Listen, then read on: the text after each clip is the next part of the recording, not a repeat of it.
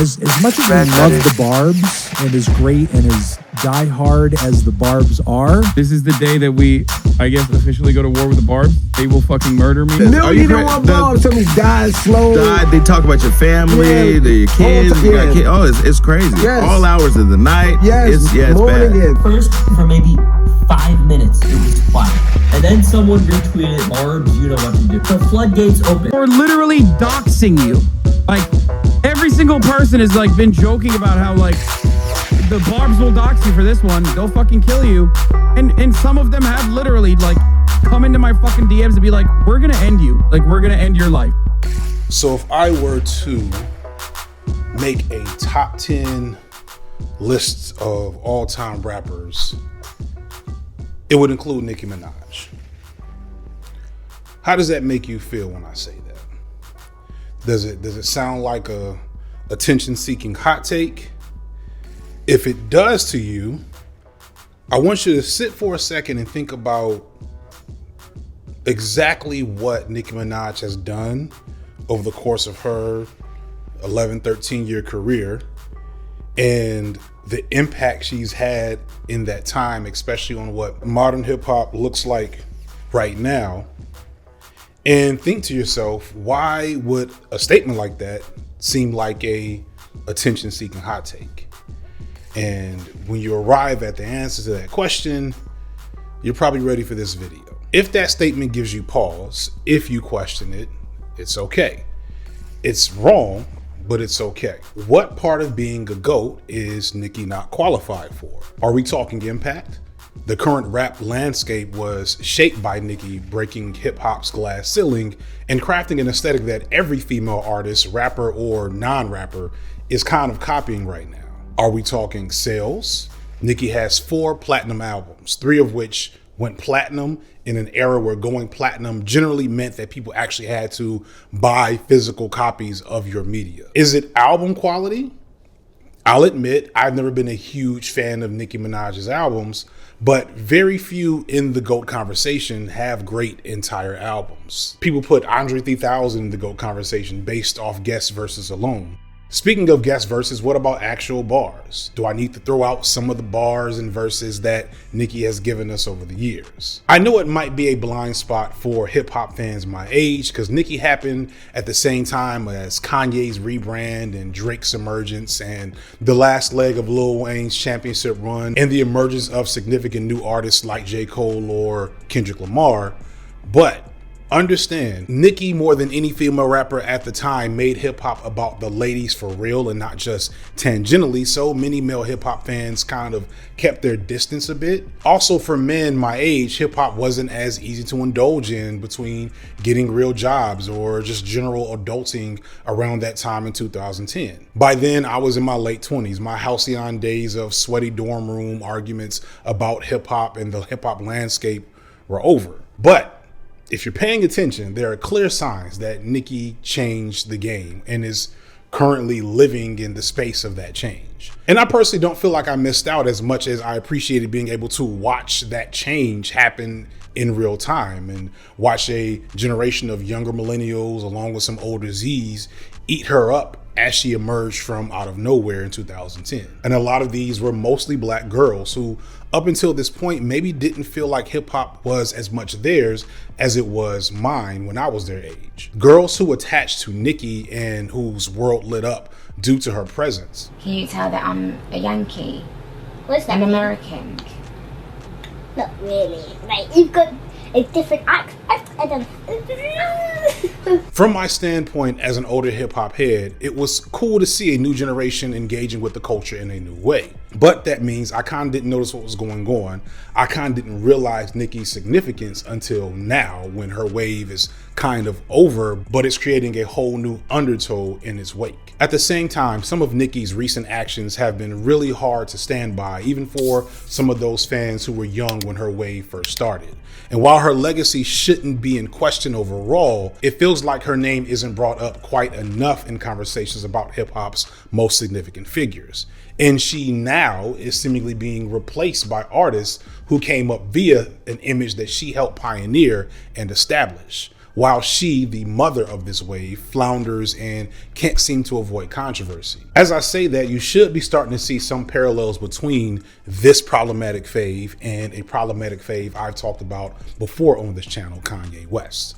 Which is why, even though I sincerely am not a huge Nicki fan, I can't help but be fascinated with her story and want to critique and analyze her legacy much in the same way I did him. However, I had and still have a deep emotional connection to Kanye and what he meant to the culture and to me during his heyday, which made me empathetic to his music and his moment and able to really tell that story pretty much from, memory and experience. And I just don't have that for Nicki, which is why when this video was first pitched to me, I was hesitant to take it because I just don't know if I could really tell this story the same way that somebody who is a big time fan of Nicki can really tell it. So to try to make up for that emotional connection, I reached out to some of my faves who do have a strong connection to that time and moment and remember the sense of hysteria and fandom surrounding Nicki Minaj before things started getting a little bit shaky. She was feminine, and I guess you could say like the immature and the childish and the kind of like embarrassing way that women are often shamed for, women of any race, right? But then for her as a Black woman, it's like she was bringing in the hood vogue, she was bringing in the Harajuku influences, she was bringing in just like that animation that's like, I'm all different types of feminine. Whoever wants to relate to it can relate to it, but you will respect me. And so I would scour the YouTube for like, I don't know, just like artists that I hadn't heard of. So the first time I ever heard of Nicki Minaj, oh my God, I just was like obsessed. So I don't even think it was a joke if she hadn't even released an album yet and she was on everybody's song. Recently had moved back to New York. So I was using MySpace, I was in middle school or whatever. And I would listen basically to pretty much all her songs on the Beam Me Up Scotty mixtape. After school, so I was really excited when she re-released it last summer. So that was my introduction. I loved everything. I liked the pink hair in the back. I loved the jeans. It was like that main photo with her in the splatter paint jeans and the black tank top. That was like iconic photo to me. I'm like, yeah. And then she doesn't really respond to YouTube stuff, but she's been on TikTok. Like if a Black person specifically critiques her, she will attack them and they won't even be saying anything attacking her. I feel like the Barbz are gonna come regardless. They're a mess. Yes. The Barbz. I've heard of the Barbz, and if you're here, which I figure some of you will be eventually, I come in peace. I can't promise that I won't say anything to upset you, but my goal in all of my work is to critique, but not to be a critic, if that makes sense. F.D., I know you see me. I think you'll appreciate much of what I have to say here, and I'm going to be as fair and impartial to Nicki as I have been to other figures who have complex histories. In fact, since I've heard more than a few times that you all can be an unforgiving and unruly bunch, I want to offer as a show of peace and unity and respect, a little gift special from me. Yeah? Yeah. This shit is dope, ain't it? Motherfucking editors. FD Signifier, Patreon.com. I can do shit like this now. So we cool, right? We cool? I need to turn it down a little bit, maybe? Adjust it? I don't know. We'll land right about here. This will be the color, all right? Just understand, I come in peace. No need to give me the blues when this is all over. It's just a simple video essay, and I am a simple video essayist. I mean no harm. I come in peace. Let's take a little trip down memory lane, do some introspection, wax nostalgically, and take a moment for life to critique one of hip-hop's most significant historical figures, Nicki Minaj.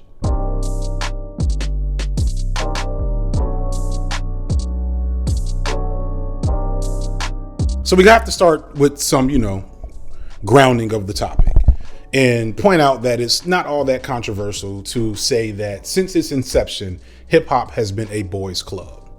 And this is weird because hip hop was greatly born out of disco in the 70s, which was very egalitarian and queer.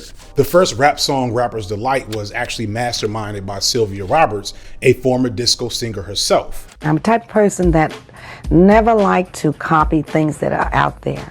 I always like to come with something new, something different. And I felt as though if I came with a concept like this, either it was going to hit or it was going to miss.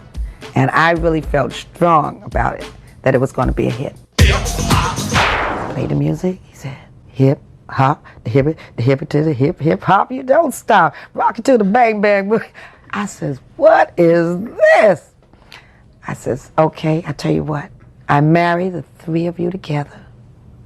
You meet me tomorrow at the studio, and that's how the Sugar Hill Gang started. But maybe it's because the disco DJs were mostly men and the disco DJs were the first to rap over the disco beats or whatever. But either way, from its inception, hip hop and rapping has been dominated by black men through all of its eras and permutations, at least until recently. This is not to say that femme rappers didn't exist in the early days, because they definitely did. And in hip hop's golden era in the late 80s and mid 90s, there were numerous ladies that became big stars for the time, such as Queen Latifah, Da Brat, Moni Love, MC Lyte, Salt and Pepper, Yo-Yo, etc. Most of these women had a few hits. Queen and Lyte and Da Brat were bona fide stars as hip hop crossed over into a wider audience in the 90s. But I think it'd be a stretch to say any of these women outside of maybe Queen Latifah were dominant forces at any point in time in their heyday, or that they shaped the culture like their male counterparts. One other thing that's very interesting about the women from this era is that they were also much less overtly feminine.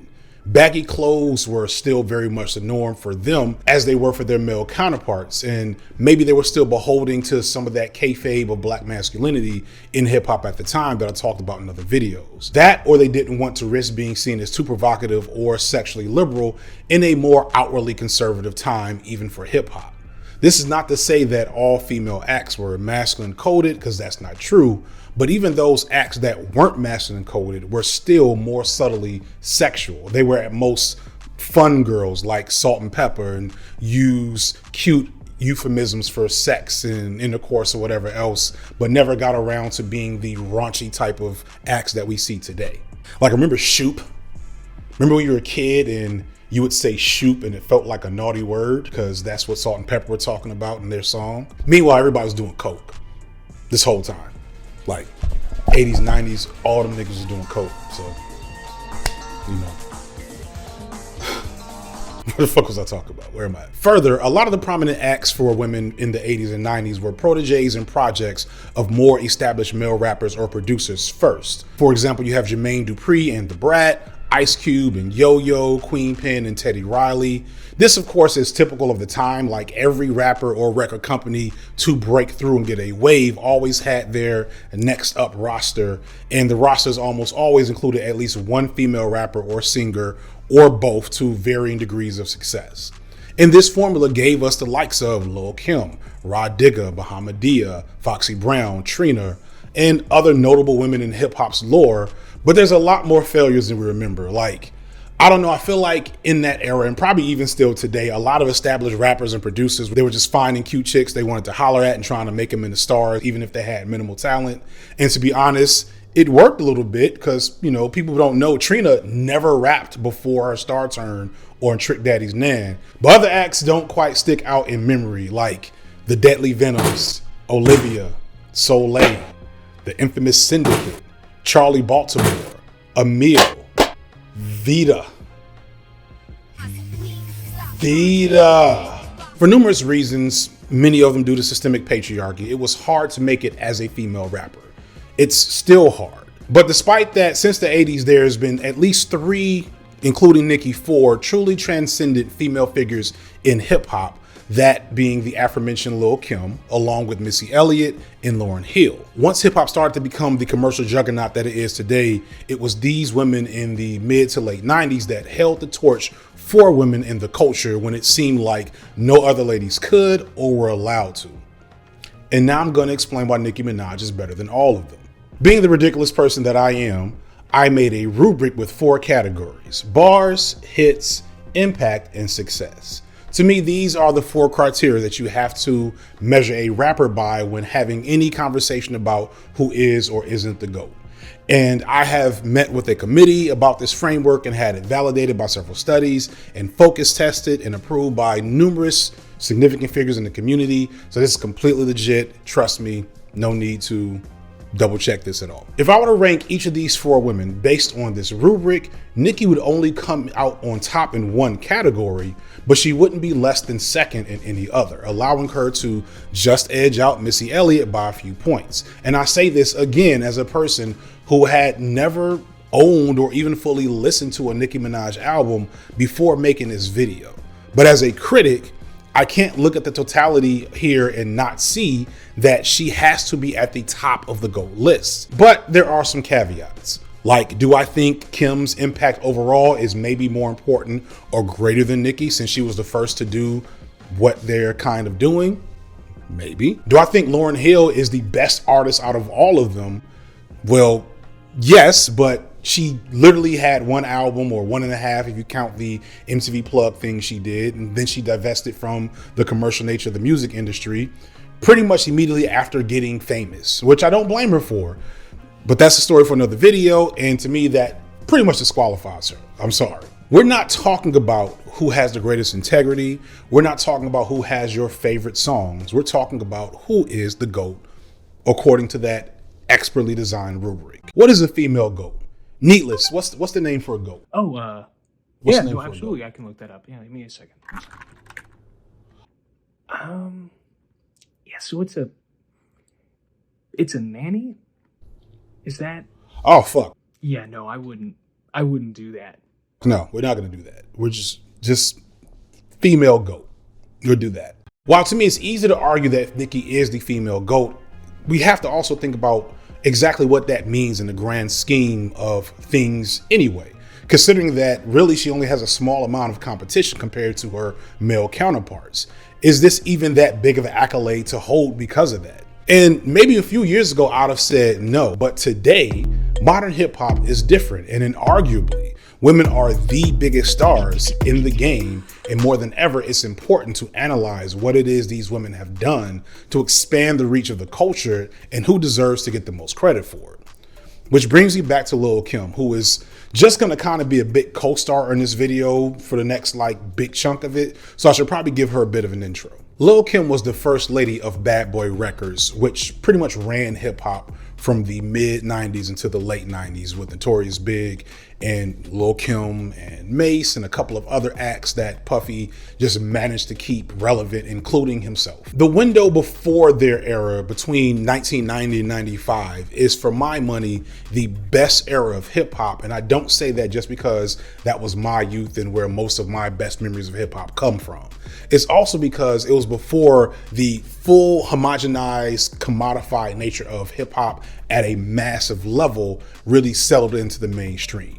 Thus, at a commercial level, meaning on the radio, TV, videos, etc., hip hop had so much variety and diversity in sound. So within the same year, you had Gang Starr defining East Coast hip hop for probably the next 30 years with Hard to Earn. And then within the same year, Outkast would drop their first album and usher in the domination of the South as the leading sound of hip hop nationally and really globally with Southern Playlist of Cadillac Funky Music. A year later, 3 6 Mafia would give birth to the modern trap sound that dominates today, and The Roots would drop their first album, giving birth to an expanded era of alternative hip hop. E40 would put the Bay Area out in a major way. Bone Thugs and Harmony would bring Midwest sniping to the mainstream and influence future acts like Trippie Redd and Tech Nine, along with a love of the macabre. And fucking Tupac had one of the least impressive albums of that actual year. However, despite my love for him as an artist and historical figure, all of that changed with Biggie and Puff between 1994 and 1996, as Puffy, then at the time Puff Daddy, figured out the matrix of how to dominate commercial radio and celebrity status, and the variety of hip hop began to die shortly after that, as almost everything that came after Puff kind of was built in Puff's image and sound. And Lil Kim was one of Puff's greatest innovations. As I said earlier, Lil Kim broke the mold on hyperfemininity in hip hop. While women in hip hop were sexy and sexual at times before Lil Kim, her predecessors never had the cachet or courage to be as sexual and raunchy in their lyrics and their public persona. Kim, or arguably Biggie and Puff, had a stroke of genius. They realized that if hip-hop's greatest commodity was its over-the-top caricature of black masculinity, then trying to have female rappers rap like the men and embody that same energy was a losing battle. They'd never be able to pull that kayfabe off, so why not just create an over-the-top caricature of black femininity to appeal to kind of that same fetishized thirst for black commodification? Kim replaced the gangster and mafioso Big Don image of men in suits and with, bubble goose jackets and guns and smoking cigars with a glamorous wife of that character who was a flamboyant down-ass bitch persona, La Bella Mafia. In lyrical content, they got a lot of young millennials through puberty. Gone were the baggy clothes and fun dances, and in were the mink furs, leopard print bikinis, and interludes in porn theaters. And despite what Nicki likes to say, also the pink wigs. At the height of her career, Kim released a classic album along with a few other good albums, but is probably best known for being fondled on TV by Diana Ross. Sadly, Kim didn't get the memo on kayfabe, and when an incident involving Junior Mafia and another rap crew connected to Kim's main rival of the time, Foxy Brown, turned into a shootout, she ended up in court lying on the stand to protect her friends. Sadly, one of her other friends didn't feel the same way and actually testified against her years later, which led to her being convicted of perjury and serving 1 year in federal prison, which pretty much ended her career, even though she did have music come out before and after going to jail. But just her ability to take up space in the culture had really been diminished. And part of that is because even before then, Kim was also an early adopter of body modification, having had numerous plastic surgeries and some form of skin bleaching probably between her debut and the time she went to prison, and at a point in time where women were much more shamed for such behavior. But it also didn't help that Kim's surgeries arguably gave her not the best look. And her music, which was still full of hits at the time, wasn't keeping up with an era that was being shaped by Kanye West. By the time Nicki was buzzing in the streets, Kim hadn't really been relevant for years and had just finished a spot on Dancing with the Stars. But to anyone aware of Lil Kim's run as hip-hop's biggest female star, it is inarguable that Nicki was greatly influenced by her. Every female rapper since her, really, and she needs her flowers for that. But it's also not so simple. Although Kim broke the mold on what women in rap did, her, along with most of her contemporaries, had one major flaw. They were always subordinate to the men in their circles. They were always just the first ladies of blank, and almost never the actual centerpiece of whatever that is. They were never really able to flourish outside of the framework of the men they came in under. And she makes it a point, and I'm sure we would have heard by now if she had slept with a bunch of other rappers. We would have known by now. It would have damaged her career. She found a good lane in Lil Wayne and all those other folks and made her stamp and said, listen, this is how it's gonna, like, she was, I don't know how much in charge of her career she was or whatever, but from the outside looking in, that's the appeal. And if you think about it, this is part of what made Lauryn Hill and Missy Elliott stand out, because in the male crews that they were attached to, they were clearly the most talented and biggest stars out of them. So they were able to move on without being in their shadows. But Onika Tanya Mirage was built different.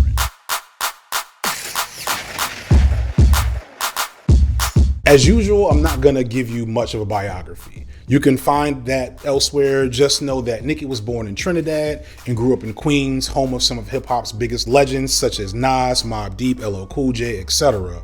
From what I can surmise, Nicki was a creative arts kid from an early age, something that, in her own words, she did as an escape from a very tumultuous and toxic home life and childhood. Only, I would say within like the last few years, I've started to deeply see Nicki Minaj as like a theater kid, as like a really, I would say strange in a nice way, artistic person. Yeah. And as that combines with her being Caribbean too, because I feel like that plays a big part into like her outlandish style. But so Nicki has that like theater girl in there. You're gonna have dope people like Doja that are highly influenced by Nicki, because Nicki wasn't, she was multifaceted. She was that hood girl, but like weird.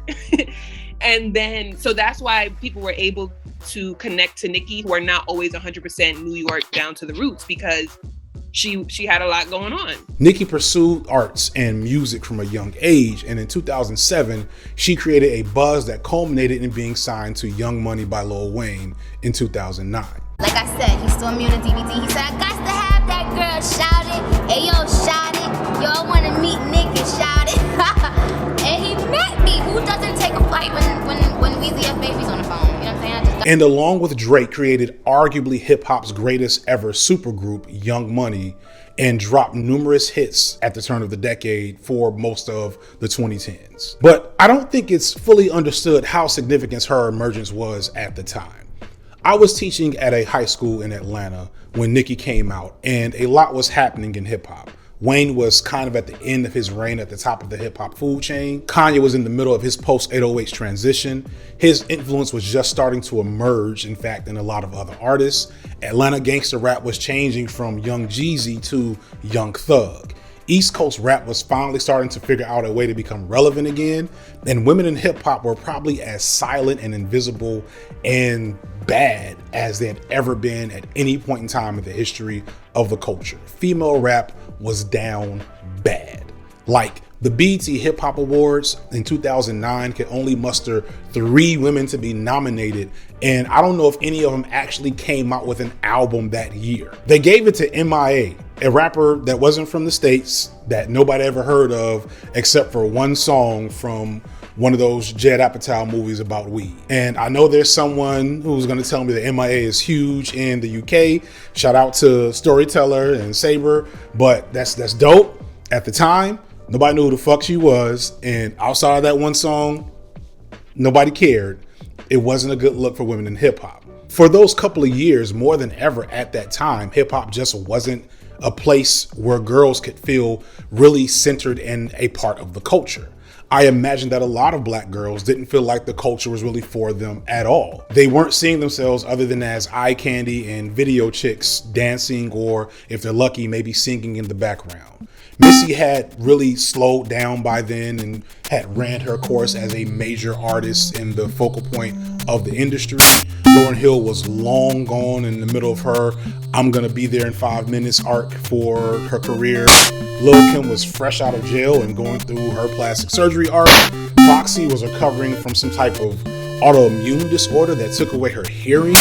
Remy Ma was in jail. Eve had quit music and had gotten into acting. And Lil Ma somehow was kind of it. It was a dark time for any fan of women in hip hop. And there was no reason to think that that was going to change until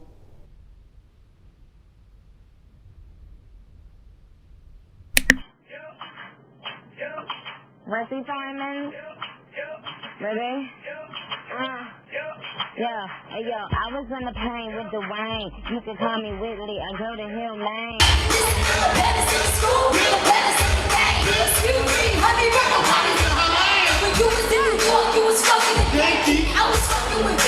I really remember hearing Bedrock, which was like, you know, Young Money's super hit. And I just felt like I had to tell everybody about it. I go to school, it's already a hit, and some other girls are saying, oh, you like Bedrock? You need to get onto this Itty Bitty Piggy. So I listened to that and I'm like, whoa. And so I would scour the YouTube for like, I don't know, just like artists that I hadn't heard of. So the first time I ever heard of Nicki Minaj, I'd said this was the Itty Bitty Piggy song. Itty Bitty Piggy. Itty Bitty Piggy. Yep. And I was like, what is this? Yep.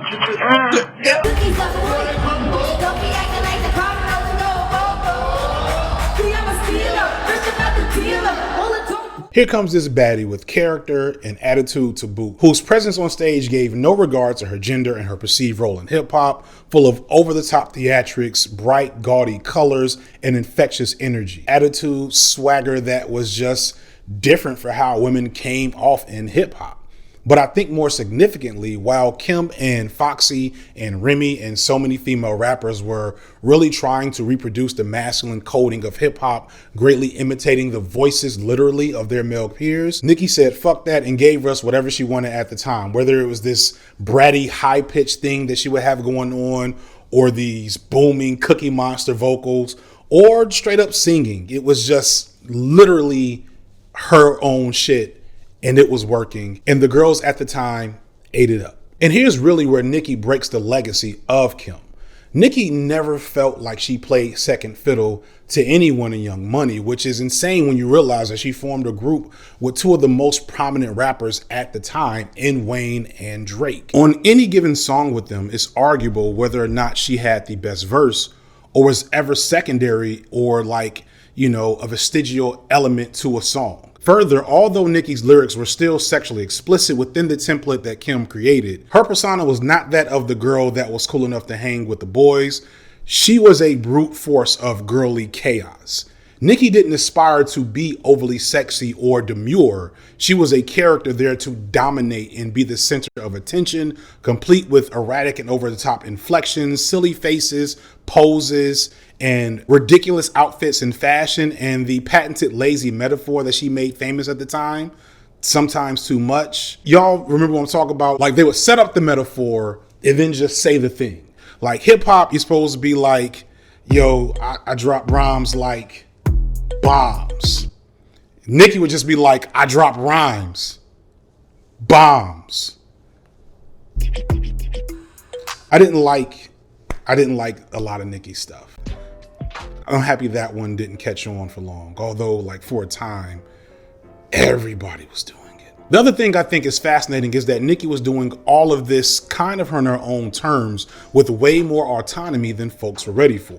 The mid 2010s was the heyday for girl boss feminism in hip hop and pop. This is when Beyonce started her feminist movement and Lady Gaga was in on it. Katy Perry, Taylor Swift, everybody was starting to realize that feminism and feminist, at least aesthetic, could be a marketing aesthetic. But I don't know if anyone fully engaged in that aesthetic like Nicki, who, especially in her music, really centered women as the bosses, unlike many women before her in hip hop.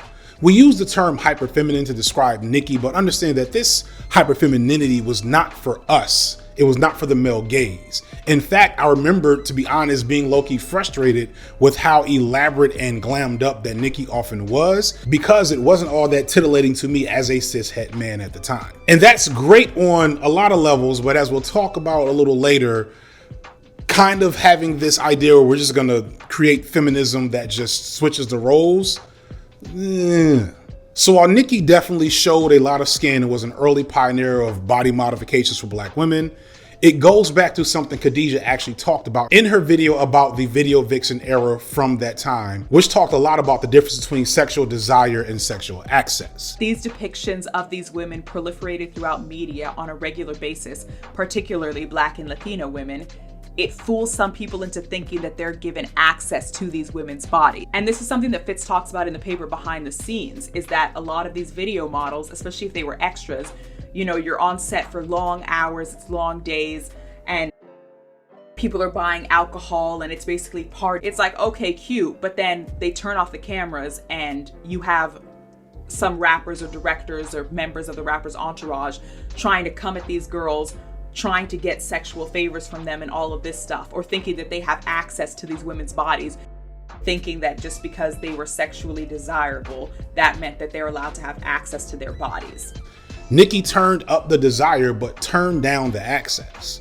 Nicki gave a lot of body, but also covered the best parts in elaborate colors and bras and bodysuits, etc. Further, although Nicki's lyrics could get as raunchy as any female rapper, she kind of pioneered sexual raunch on record in service of her, as opposed to servicing others. Like, and I hate to keep comparing her to Lil Kim unfavorably, but I think if you go back and listen to Lil Kim's raunchy work and her presentation of sex on record, Kim mostly positions herself as a sexual object and a receiver of sexual desire by her male fans and male peers.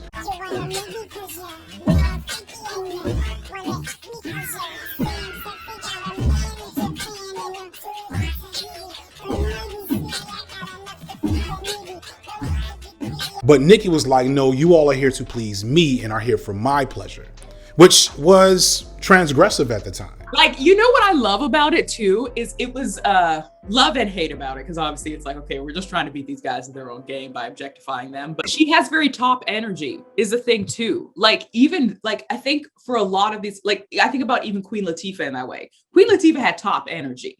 So like, she wasn't, her style wasn't rapping in like lingerie or anything like that, but people still put a lot more respect on her name as a rapper, even to this day, because of the type of energy she had.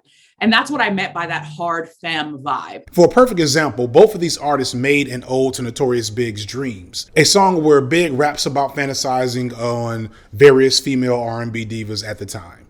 Lil Kim made a version back in 96 and Nicki made a version in 2018.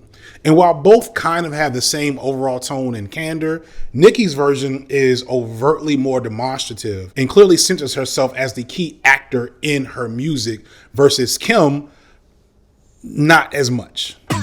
You think you ballin', but your body's cool. Freak furling, you ballin', fuck the bump in the ground. Have you jumping and whining when I'm climbing. I'll be doing groups like Troop, body rocking H-Town and Harvest Brand. Watch out now. Baby face the cater it and cook me. Many study why niggas say I am my shit. Drake worth 100 million, always buying me shit. But I don't know if the pussy red or if he crying and shit. Meek still be in my DMs, I be having to duck him. I used to pray for times like this. Face ass when I fuck him. Man, Uzi is my baby, he ain't taking the L. But he took it. And just to be clear, because, you know, I gotta be careful. I'm a little bit out of my depth here.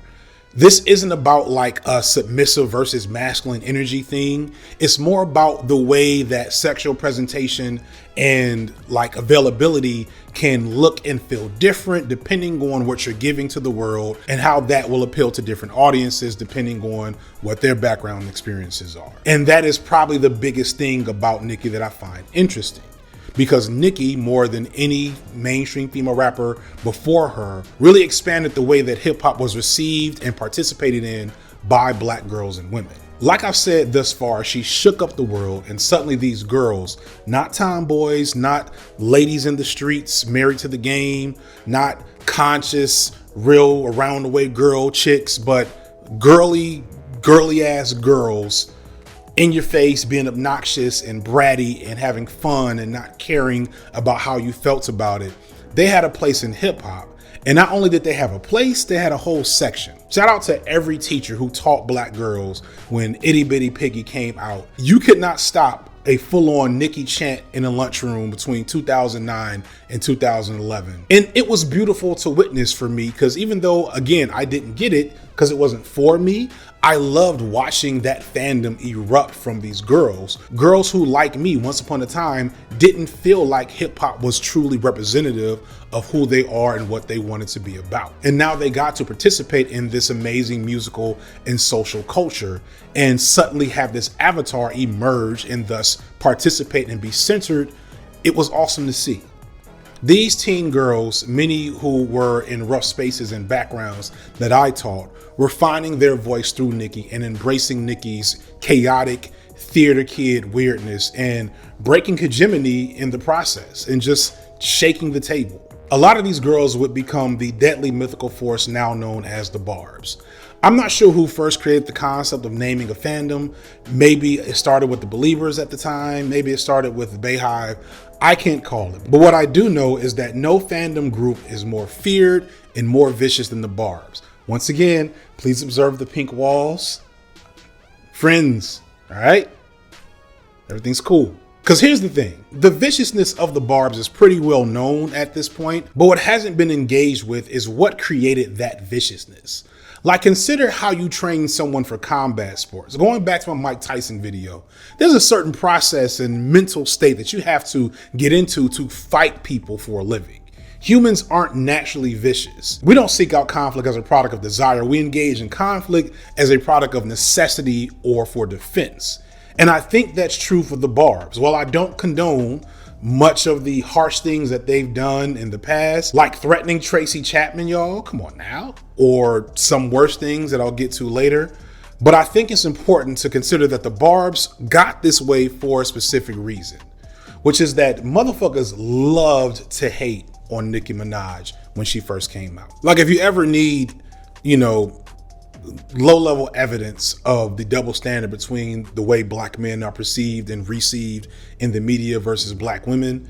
Nicki Minaj being one of the biggest stars in hip hop and having as much negative attention as she was getting is a clear example. So I depicted Drake as Anakin Skywalker, a chosen one who in truth spelled doom for the Order of the Jedi. Nicki Minaj is Ridley, a actually great character taking things in a new direction, but receiving ridiculous hate, mostly for just not being what everybody wanted her at the time to be. Almost immediately after Nicki came into prominence, like probably only a few months into Itty Bitty Piggy becoming a huge hit, the backlash began and it was unrelenting.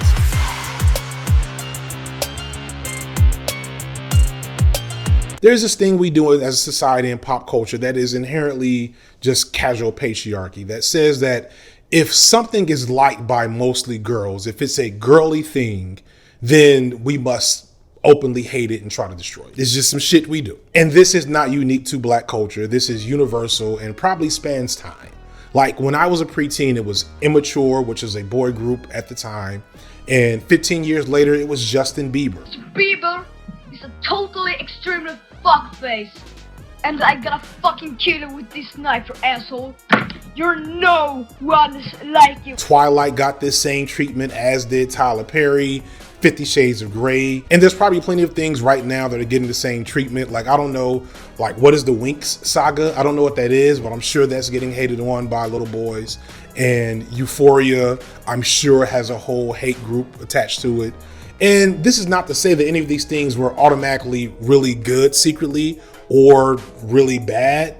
It's just they had to be disliked because they were liked by girls. And so here comes Nicki in 2010 in a pretty strong period for hip hop with a lot of big stars emerging, calling herself the Harajuku Barbie with all the loud flamboyant wigs, being sexual but not being overly sexually available, spitting flames and acting a fool while getting cheered on by mostly girls. It was natural that she would evoke a pretty strong anti-fandom, also by a lot of girls, mind you. I don't want to make it seem like Nicki's hate was just from boys. To an extent, boys actually stayed out of it when it came to Nicki, but there was a clear division between girls that were okay with Nicki Minaj and girls that were not. And so the usual rumor started that always happened whenever a female superstar came into prominence. Nicki was actually secretly gay. Nicki was secretly a man. There was a secret sex tape. She was fucking Drake and Wayne. And this is also early in social media, so all this stuff also got plastered on the internet. And even though people are still very vicious now, I feel like they were even more vicious then because it was this brand new thing. I wasn't paying attention to that stuff at all because it was kind of just understood that was like you were either with Nicki or you were vehemently against her. It was really no in between. Like, I didn't know any girls my age who were like, yeah, she's all right. I feel like she feels like there's a lot of resentment that I feel like she doesn't want to completely name and work through. Right. And I understand a lot of that's why I try to give her some grace, because I feel like a lot of things she says is like, especially when she's trying to make other female rappers go through like the harsh stuff she went through. Hating Nicki Minaj became an economy all into itself, and the bars were there to witness it. You can't ignore me. The funniest part to me at the time was this is also during YouTube's earliest like days of becoming like YouTube. And so every week, a new aspiring unsigned female rap artist released a mid-ass Nicki Minaj diss track, only to be forgotten and thrown away in the following week when a new one popped up. The most notable of these was from Keys. I just had to click that shit. Then I'm like, what? My shit must got a virus. This is not a rap, bitch. This is Miley Cyrus. Who did manage a modicum of success off the notoriety of her diss track, but like hers was so successful that she then started getting diss tracks made about her. I was on motherfucking YouTube. I seen this little fat bitch trying to diss my dude. Where Keys at? Where Keys at? Where Keys at? Where Keys at? Where Keys at? Where Keys at? Where Keys at? Where Keys at? It was like this like prehistoric TikTok challenge, the diss Nicki Minaj challenge, and like Nicki Minaj just became like a sound or something, if I could like get it to make sense. Like, this one is clearly of a girl rapping from her grandma's house. Yeah, you keys, bitch, but you don't fit in this slide. Bitch, I'm a locksmith. And this woman is rapping in what seems to be either the set of Saul or the gates of hell. And this one is, I don't know where she's at, but it's just bad. This is all bad. This track. Bad and you should feel bad. These ladies were just trying to get noticed, which was something that the men in hip hop have been doing for decades. But the biggest beef, however, was with the aforementioned Lil Kim, whose star, as I said, had significantly faded since getting out of jail, despite releasing some solid music in the intervening years. She was still doing whatever she was doing when she first came out, the way she was rapping. I brought a whole new sound. Next thing you know, 2-3 years later, now that she's, moving and moving in the game, whatever, this is the whole new sound. Whether my fans would have liked that sound or not, it was my sound. I brought that to the table. Kim felt, and rightfully so, that Nicki was benefiting from a style and imagery that she pioneered, which was very true, and spoke to feeling like she wasn't getting the respect she deserved for doing that, which, I mean, yes, but it was also a weird flex. And if you remember or decide to go back into this era of hate, you'll recognize that most of Nicki's detractors villainize her for hyperfemininity and the fact that she was overtly girly and girl appealing and wasn't trying to buy into kayfabe. One of the first things I watched was this documentary. It was something about female rappers. And this was around the time that Nicki, she still had her bangs. So they were talking about everything from, MC Lyte to Trina to Rhapsody. Like, they were just all over the place. And then we get to the end and they're talking about Nicki as like, well, what is the new era of female rap? Where is it going? And they could all easily say, she's beautiful, she's talented. But then after that, it got into a real point the finger. Well, what is this doing for the culture? And is this really elevating the talent and the art? Like, how can we focus on both? And I just felt like that same criticism, the way the criticism was structured was very, very different. But yeah, it was some picnic shit. Yeah. And I want to be clear that although Kim definitely had beef, this was one-sided, and this was also promulgated by, media that really just loved the idea of watching girls fight and watching them be catty. And so it became a thing to have Nicki versus Kim debates among many female fans. And overall, there was a lot of pick-me energy and a lot of the criticism of Nicki at the time, if you go back and look at it. So we are here at the editing bay because in the process between doing these interviews, which I usually do first, and writing and recording, I somehow managed to write a script that skipped over a big factor in both Nicki's impact on the culture to this point, as well as one of the things that she was very hated for, which was her pioneering the world of body modification, BBLs, or at the time it was just different butt shots and things that she was getting, and just kind of that aesthetic being normalized among Black girls and Black women.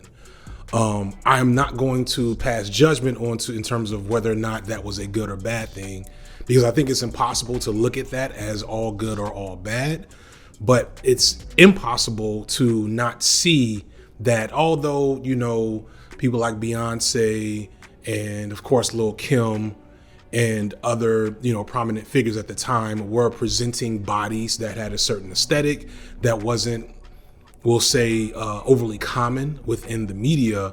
Nicki in particular took it to a level not just of visibility, but of maybe accessibility in terms of maybe this is something that girls could get everywhere, which is something that we're seeing happening more and more now, and she doesn't get credit for that. Furthermore, that was something she got a lot of hate for at the time. There were tons of jokes about her butt being fake, and this was at a time when we didn't, when it wasn't common knowledge that a BBL was something to exist. I didn't know it was possible to do that back then. And so, the ladies will have more to say about it in a second. And I, again, I don't want to, this whole video, I'm not going to come down on one side or the other per se on Nicki's career and her, effects and her movement. But it would be really a glaring omission to not look at Nicki and Nicki's use of wigs, Nicki's, teeth, body modifications, butt pads and butt implants, etc., and think about how that, has affected the way we view Black women's bodies, and how Black women may view their own bodies, both positively and negatively.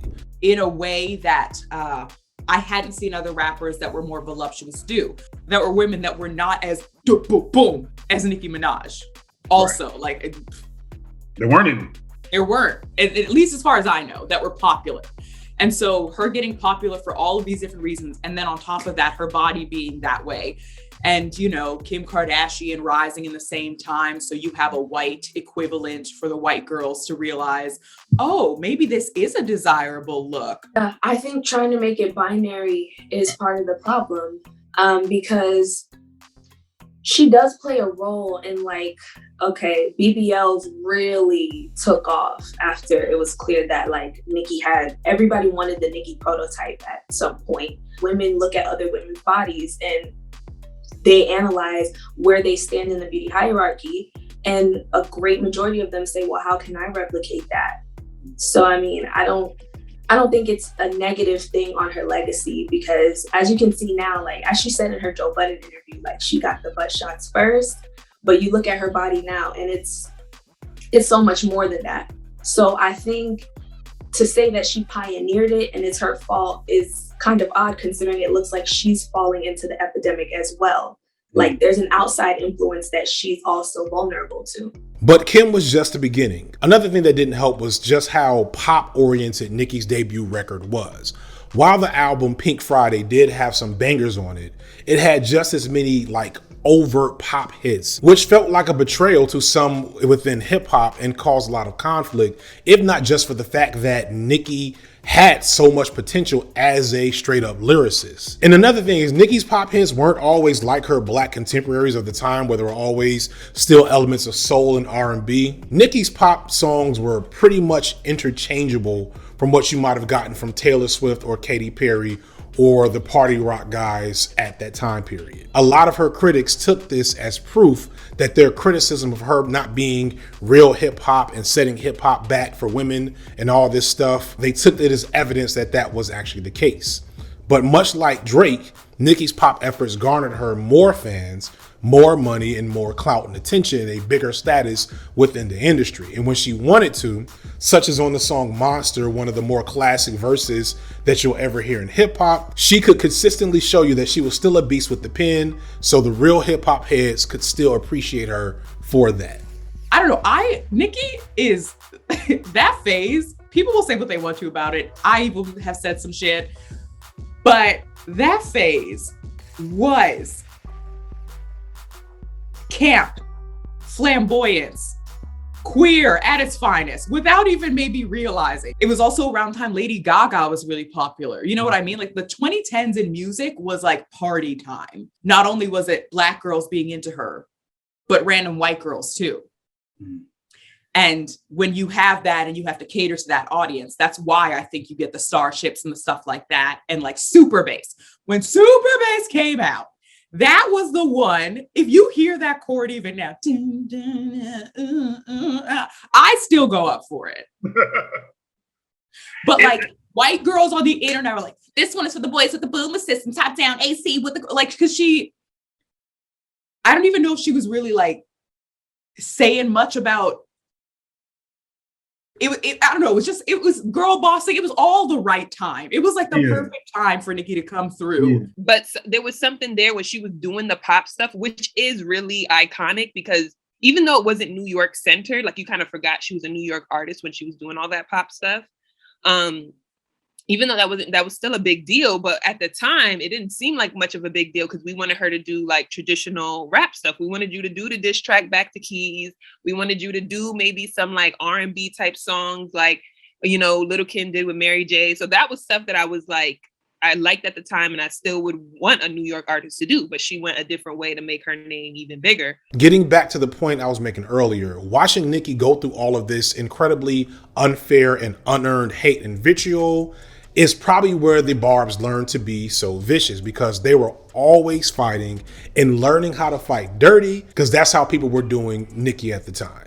Nicki had to weather hate from mainstream hip hop, general misogyny from all around white pop media, and plenty of other women all at the same time. So despite being under a lot of pressure and scrutiny and consistent attacks from various angles, Nicki thrived and remained a top tier hip hop artist for half a decade with 3 platinum albums between 2010 and 2013. Better yet, she barely responded to her haters. There was never like the outright Nicki diss track. For her, the best response was success. And she called out the misogyny and how people wanted so bad to see her fight other women. And she called out the mainstream media and Miley Cyrus for censoring white women's bodies, doing the same things that black women have been doing forever and receiving more attention and money and accolades for it. And she dated fellow hip hop A-lister Meek Mill in that same time and continued to be the muse of Drake and probably tons of other male artists. It was a good time for her at the top of hip hop's food chain as its queen. And that's where we start to get to trouble, because for the longest, it seemed that unlike with the men, hip hop only had enough room for one prominent female artist to be the queen. Sure, there were other female rappers always hovering around at different times, but only one act would be at the top of the food chain for the ladies, and that always felt like a specific rule that was just unspoken within the culture. That's why Kim had to beef with Foxy Brown. That's why Kim beefed with Nicki, because Nicki didn't appropriately get the torch from her. That's why Eve left early and started acting, and probably Lauryn Hill too, to an extent. And this wasn't the same with men.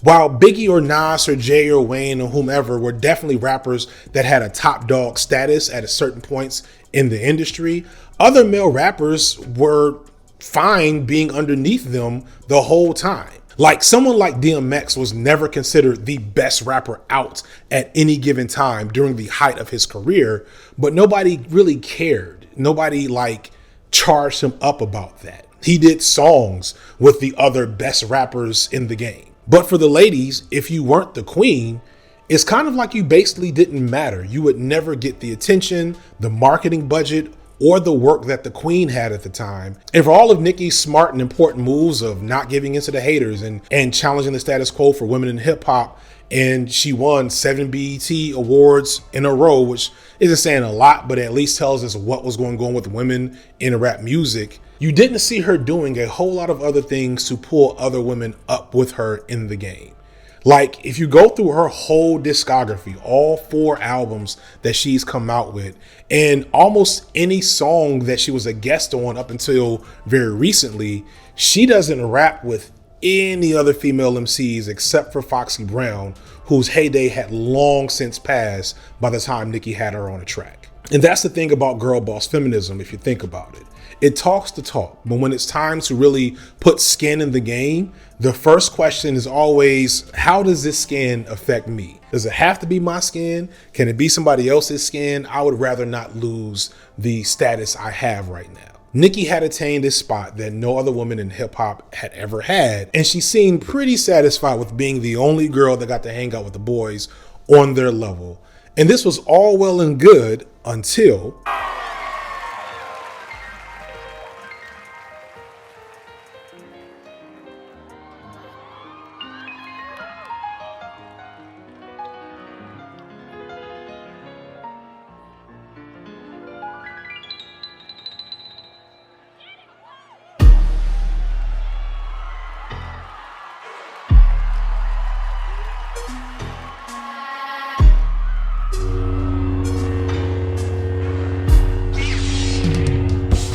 The parallels between Drake versus Kendrick and Nicki versus Cardi are pretty substantial when you think about it. There was a similar feeling of discontent creeping in that Nicki just wasn't giving the culture everything that maybe she should have at the time, much like Drake. I personally attribute this to Nicki's creativity because I think, like Kanye, she was maybe stifled by the creative limitations of hip hop, especially at the time. It's hard to say, this may all be conjecture, but Either way, when Cardi emerged on the scene and came with this immense buzz and energy that hip hop wasn't giving, much like Kendrick, she pretty much changed the game. Nicki had been more of a pop star than a rap artist for the past few years. And for Cardi to come out with Bodak Yellow, this dark, mean banger that made you want to gnarl your face up and just like mean mug people from across the room, yeah, it was exactly the opposite of what Nicki was giving for the culture,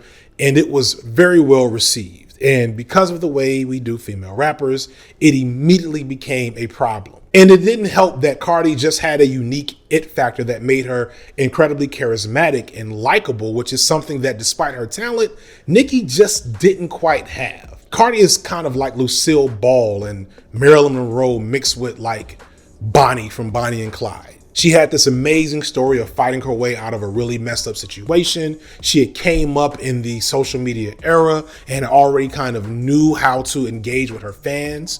And she was incredibly honest and even too honest at times. Coronavirus! Coronavirus! I'm telling you, it's real! It's getting real! Woo! And when she messed up, she usually apologized and made it a point to try to grow and try to be empathetic to the fact that people thought a lot about her and she was appreciative for the position she was in. Also, Cardi's feminist overtones were much more shaped by intersectional frameworks that made her more ready to be what the culture wanted versus what Nicki was giving. It was really like a perfect storm of all the things people wanted from Nicki that were, fair criticisms that Nicki just wasn't giving. And then the worst part of all of this was that somehow Nicki had forgotten what Lil Kim had tried to do to her only a few years prior and seemed to take on the same exact posture of feeling like she must have been owed some type of salute from Cardi B for allowing her to make a presence in hip hop in a game shaped by her image. Compare it to someone like Drake, because again, you're gonna have him being a man, of course, lighter skin or whatever.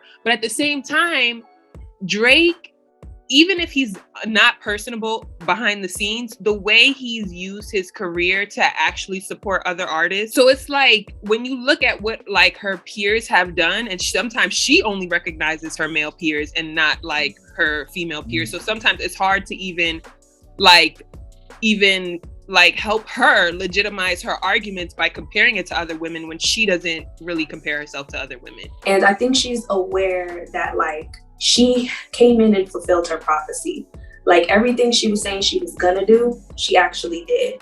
And while that amazes a lot of people, and the general consensus is that Nicki is great, not everyone who comes in is gonna be willing to kiss her feet. And I do think she was a little bit do you not see that you wouldn't be here if it wasn't for me? She takes on so much of the responsibility of how she shifted the culture, as she should, but not everyone latches on to that. And I think that might have been it would be understandable if that was a sore spot for her. It would be one for me.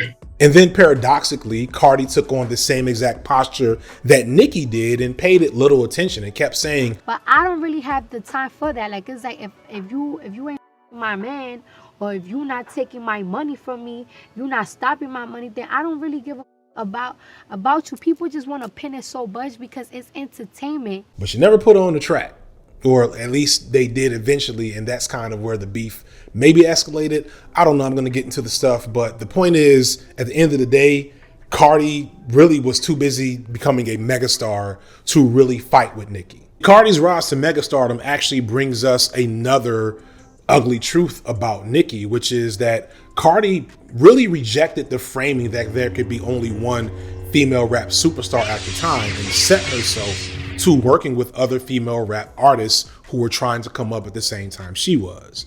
While Cardi was making the strip club anthem of the decade with the City Girls, Nicki was making songs with rap's most heinous pariah. While Cardi was dropping a well-received and very solid debut album, Nicki was dropping lukewarm singles with confusing visual rollouts. The Nicki versus Cardi beef ended anticlimactically when it seemed like Nicki just stopped feeling like a big deal when her album Queen dropped and really didn't make much of a blip on the radar. And that's really unfair when you think about it, because Nicki's work and innovation paved the way for all all of these brightly colored, hyper feminine, raunchy, independent spirited female artists. But Nicki just didn't do what she needed to do to keep up with them. You can't ignore me.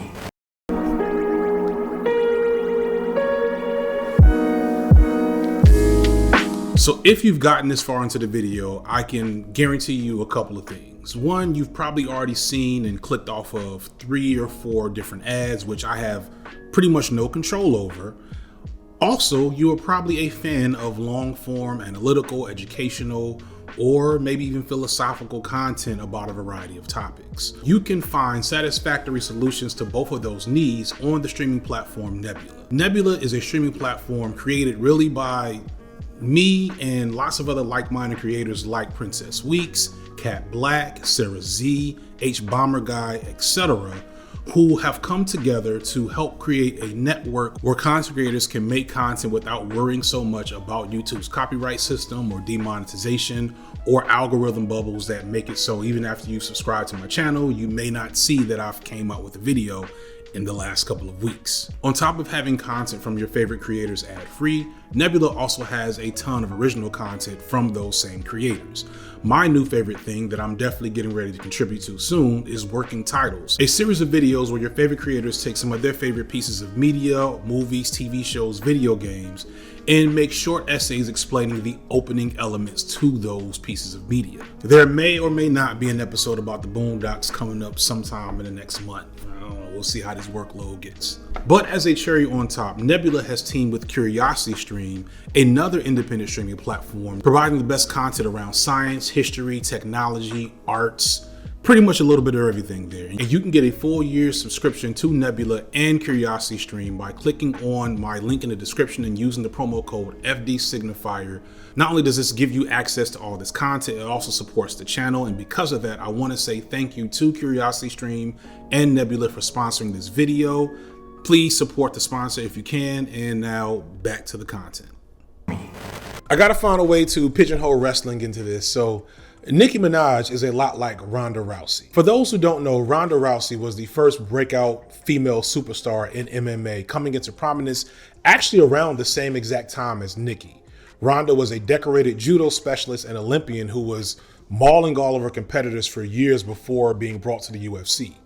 The UFC, the Ultimate Fighting Championship, has its own weird and interesting history. There's a multi-part series from Secret Base that if you just love video essays, it's one of the best things out. You should go watch it. But the thing I want to get at is that MMA, even at the time, was still relatively young in terms of being a big deal. And women's MMA was super new.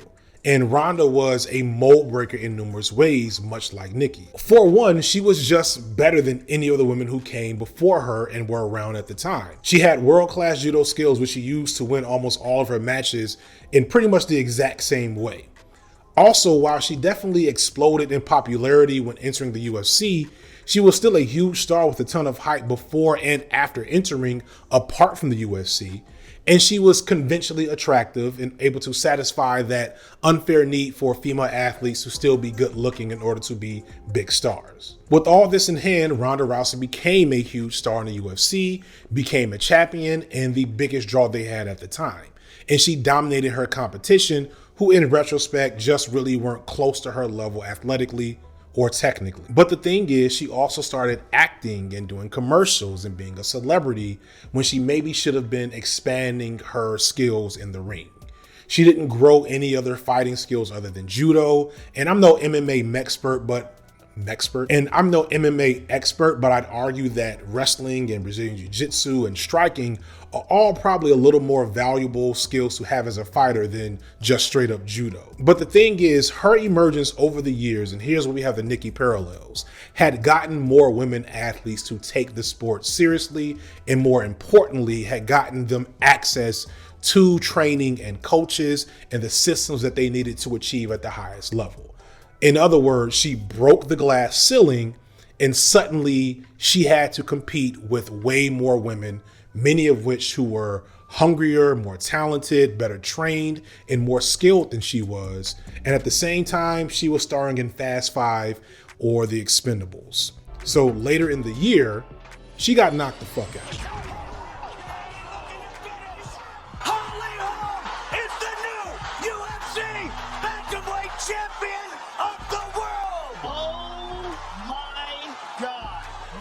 She fought one more fight after that where she was knocked out again. And a year later, she was in the WWE, and now she's a mom, and that was it. And that's the unfair and unfortunate thing for Nicki. She was a victim of her own success.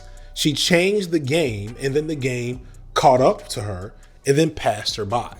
Nicki's own trailblazing engineered her losing her spot, as numerous other female artists in the last 5 or 6 years have emulated her everything, but newer, with better teams, less drama, bigger budgets, and probably more significantly, far less hate than she caught when she first entered the hip hop game by herself. But then something amazing happened. Nicki joined in on the fun.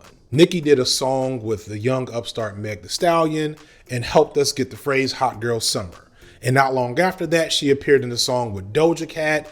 And the past few years, as female rap artists have become bigger, more dominant forces, she has embraced the idea of sharing the stage and collaborating with other women in hip hop and really embracing this new space of hip hop being really female dominated in a way that it never had been before. Nicki Minaj, when you mention like Cardi B and like Mulatto or Big Lotto, like they are doing the money moves. They're getting on the pop songs. They're doing songs for the check. They're not doing it for the artistry, you know? And I feel like Nicki did both. Like even if she was doing it for the check, at least early on, the artistry was there. So I feel like Nicki Minaj made female rap the like capitalist empire it is, rather than it really being this feminist movement. You know, all you did was allow other girls to come in and make a lot of money and be worldwide. Like she's just like the perfect package for the people who are like, okay, Nicki is female rap, but Nicki's hanging up the towel. So like, who's next? And it would be Doja Cat, because she's just like, it's Nicki. She's yeah. Though, as a side note, it'd be nice if, you know, some other less commercial female artists got some of this attention. Like, y'all know Rhapsody dropped a legit classic toward the end of 2019, and it was all the rage for a second, but then Meg dropped Savage like a few months later, and it's like nobody remembers that album came out. This is not me saying you can't do both. I'm not trying to do the thing that says this type of female representation is good versus this one is bad. If you've been watching my content, you know I love me some ratchet female hip hop. I'm just saying, you know, a little more balance, maybe. But either way, Nicki's impact on the whole of female hip hop is undeniable. It feels like things have changed while her days of superstardom and being the queen are behind her. Still, she can participate on some level in the culture, knowing that it's different because of her presence.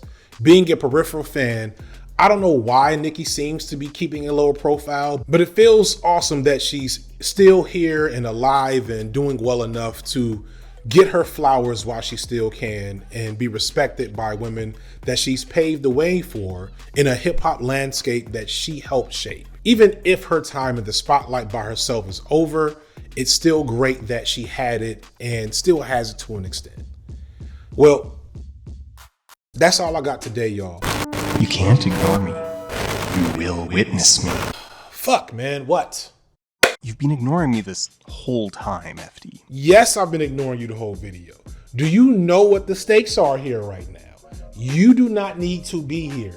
I am fine. FD, you know you have to talk about it. FD, look at me. It's okay. I know you're afraid. I know why you're afraid. Everyone knows why you're afraid. We know. But you've built a brand on being fair and honest and empathetic. You're an adult. If you cower now because you're afraid of the Barbz, what's next? Where does it stop? You gonna do another Bo Burnham video? You gonna do the crate challenge? Where's your integrity after this? Just tell the truth. So, Nicki Minaj is an anti-vaxxer. No, FD. That's not it, and you know that. Come on, man. No, FD, come on. Just get in there. Okay. Okay? You good? I'm good. I think I'm good. You're good. You know, we're just gonna. So, Nicki Minaj got canceled, y'all. I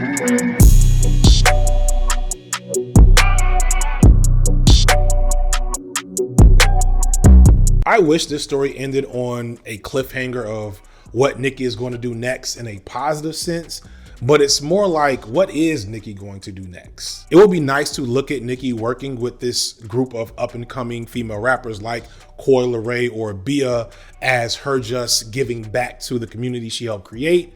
But it feels more like she's trying to create a better buzz than the one that's been following her since 2018, 2019, when she made maybe not the best choices going into 2020 and 2021.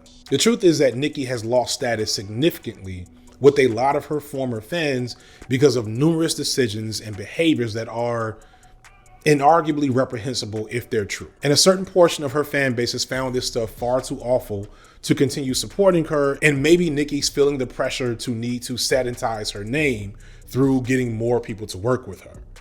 And we're just gonna put up a big trigger warning here before I go any further.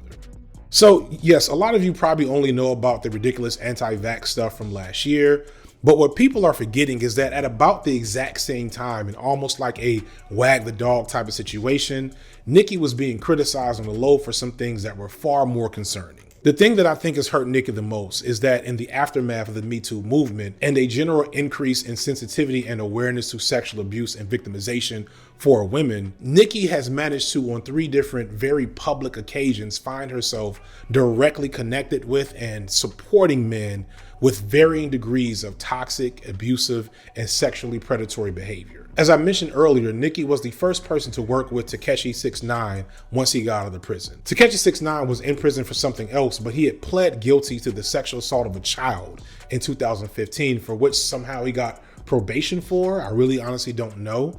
But on top of being a snake and the ultimate culture vulture that really should have made him a person Nicki never would have worked with, regardless, he was also a predator. Even worse is that not long after that, Nicki Minaj's brother was convicted of the sexual assault of an 11-year-old girl. And in the entire time leading up to and during the case, Nicki had her brother's back, which I understand. As a family member, you're willing to support and you want to believe your sibling. And it seems that when it became clear that he did in fact do what he was accused of, she began to distance herself, but she never formally addressed the thing in the first place, which I think is something her fans really wanted and needed from her. And then not long after that, Nicki kind of out of the blue got married and had a kid with a childhood friend, which is like, oh yay, the childhood friend arc finally happens. But then you see this brother's rap sheet and it's like, ugh. Among other things, which, I mean, I'm not saying I give a pass to some of the other crimes he's been suspected and or arrested and served time for. But, you know, I'm trying to be empathetic to the reality of street life, which he was in. But then you see the sexual assault conviction when he was 17. And then you read the details of said sexual assault. And then you find out that he and Nicki are being sued for harassing the victim the last few years and attempting to bribe her to drop the charges so he can be taken off the sex offenders list.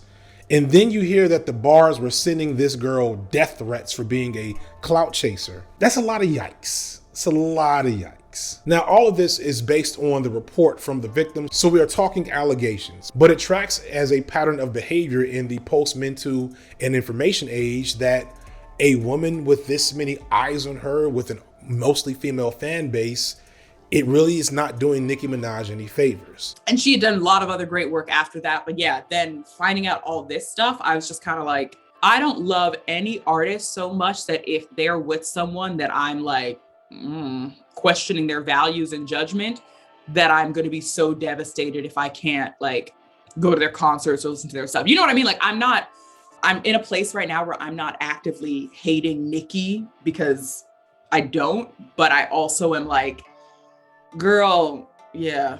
It's like saddening to watch, especially to see how she tries to wiggle out of things. She's really obsessed with like the villain complex and like, oh, everybody just hates me because I came and did what I told y'all I was gonna do and I'm the best and you can't take it.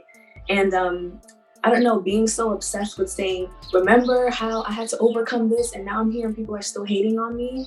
It's too lazy of a cop-out, I feel.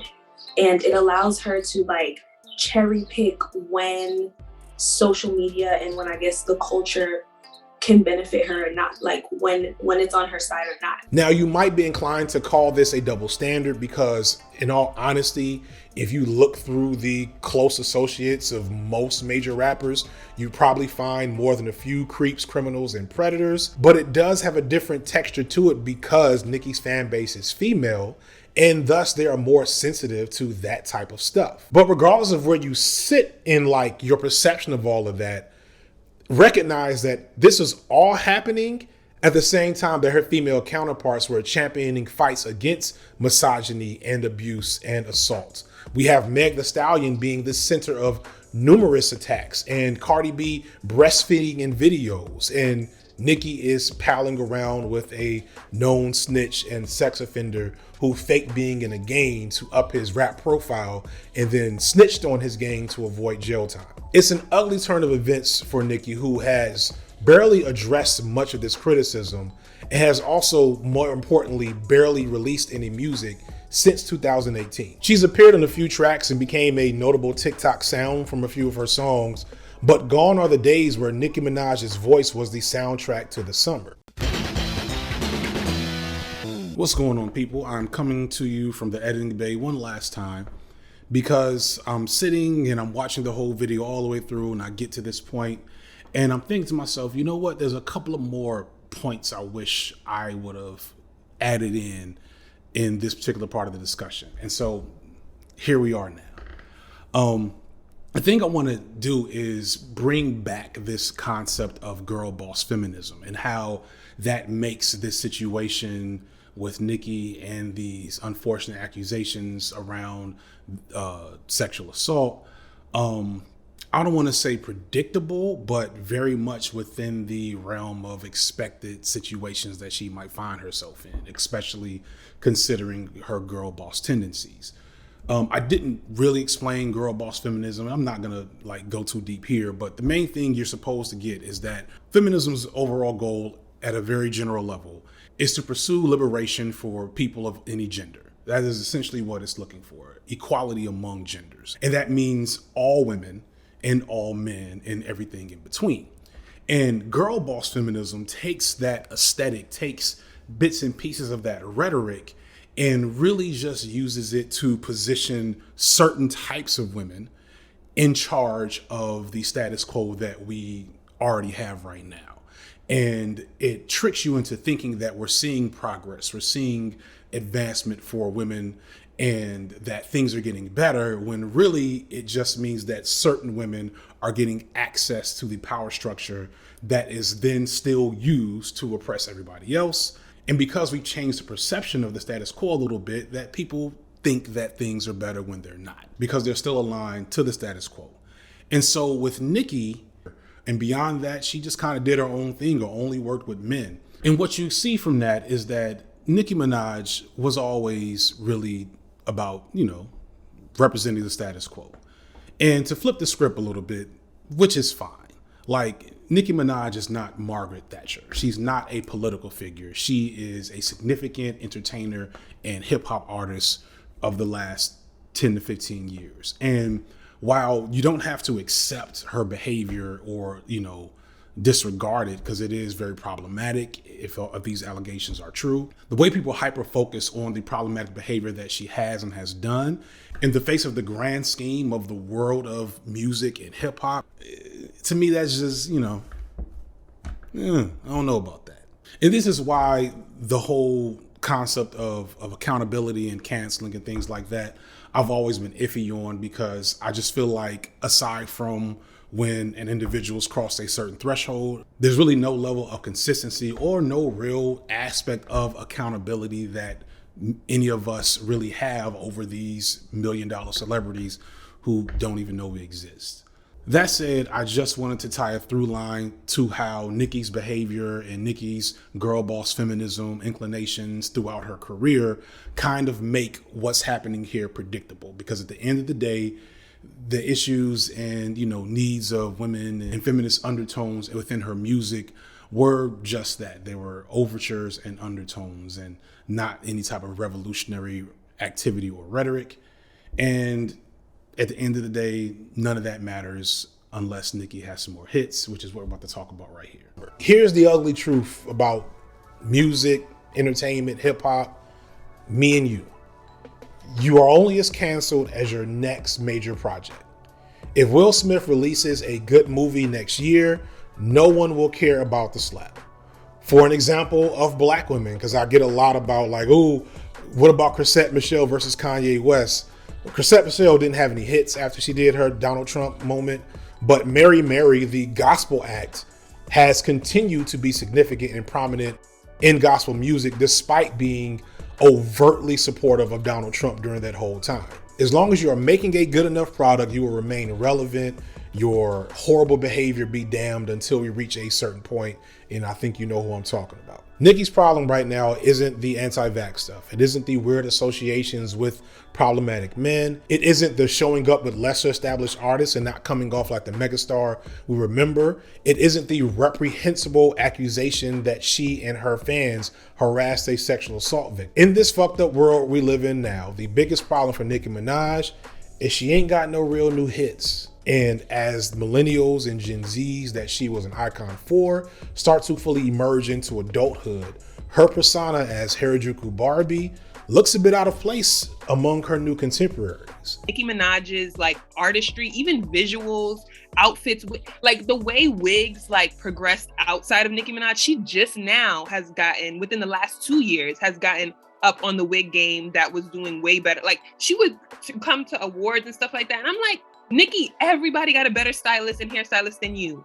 Everybody has better music videos than you. What is going on? Everybody has a better rollout than you. And I don't understand what's going on. Either it's your attitude, you've burnt too many bridges. Because again, the hate train, when the hate train first started, everybody was kind of confused. We were like, oh, she really is being painted as bad guy. But then when when the Jennifer Huff situation started to come out, I was like, whoa, you actually are a bad guy. Like you were acting like it was a rumor, but no, this is real. Like what is wrong with you? So it's stuff like that where I'm like, again, men get to be horrible people and still have a good stylist, good visuals or whatever, good rollouts. So I don't want to say, oh, Nicki Minaj deserves to be a horrible person and still have a consistent, flawless career. But it's one of those things where I'm like, you weren't actually doing well. Like, you know, Nicki's gonna be 40 this year. She's my age. On a lot of levels, her music and persona should be different now than when she first emerged. She shouldn't be looking at these acts imitating a younger her and thinking that they should owe her more or have her participate more in it, because she maybe should be doing something different. Like if you look at Blueprint Jay-Z and Hard Knock Life Jay-Z, they're kind of different, and they're even more different from Blueprint Jay-Z to 444 Jay-Z. Acts like Doja and Meg and Cardi are in their late to mid 20s, and acts like Doechii and Coi Leray and Lotto are in their very early 20s. So on some level, maybe it's best that Nicki doesn't try to reemerge and take back a scene that really shouldn't belong to her anymore. But it's hard to tell exactly what Nicki is thinking. Her appearances have been sporadic and kind of awkward, and to be frank, some of them beneath her. And here's where we have to again engage with that complex reality of fandom. I am not here to tell you to listen to Nicki Minaj or to root against her in the future, nor am I here to say that the ugly moments that have marked her career recently are nothing to worry about. But I do want to remind everyone that going back to 2010, when those little girls first awakened to the presence of themselves within hip hop because of Nicki Minaj, that didn't have anything to do with where we are now. And that has value, and to me, should be sacred. Regardless of how you feel about Nicki now, nothing is gained for asking people, by asking the Barbz, to act like that moment isn't an important and meaningful moment for them. And to be honest, you can't, can you? You can't take that away from people. Why would you even try? And I think the same goes for all of our problematic faves for whom art has changed us and whose behavior has disappointed us. Do with Nicki as you want, as you see fit. But apart from the uglier recent moments, please take a moment to revel in being lucky to have witnessed history, to recognize that even if we are in Nicki's flop era, that most of us got to witness a opposite of flop era. That's a piece of slang I got from Tiana. I don't know if I'm using it right, but we got to witness her rise, her wave, and something really cool that women in hip hop now have more space and prominence because of what that was. And yes, it'd be nice if No Name and Chica and Rock and Rhapsody had more of a presence, but I can tell you that they have way more presence now than they would have had 20 years ago, and that's partially because of a landscape that Nicki changed. It's because of Nicki's good deeds that we have more attention and creativity in the space. So whether you're doing the next strip club anthem or a revolutionary soundtrack or both, some of that is owed to one Onika Tanya Mirage. And I hope, despite all the nonsense, that she's able to get some flowers for her contribution to that change in the culture. And hopefully these last couple of years with some very ugly behavior aren't what she's remembered for. And that just like all the other male figures I've talked about on this channel with ugly past and many of them ugly presents, I'm wishing for a happy ending to that story, even if some people rightfully find that unforgivable. That's all I got for today, y'all. Please, please, please check out our sponsor for the day, Curiosity Stream. You can find more about them by clicking the link in the description. I will see y'all maybe in a month. I don't know. That's all I got for y'all now. Peace.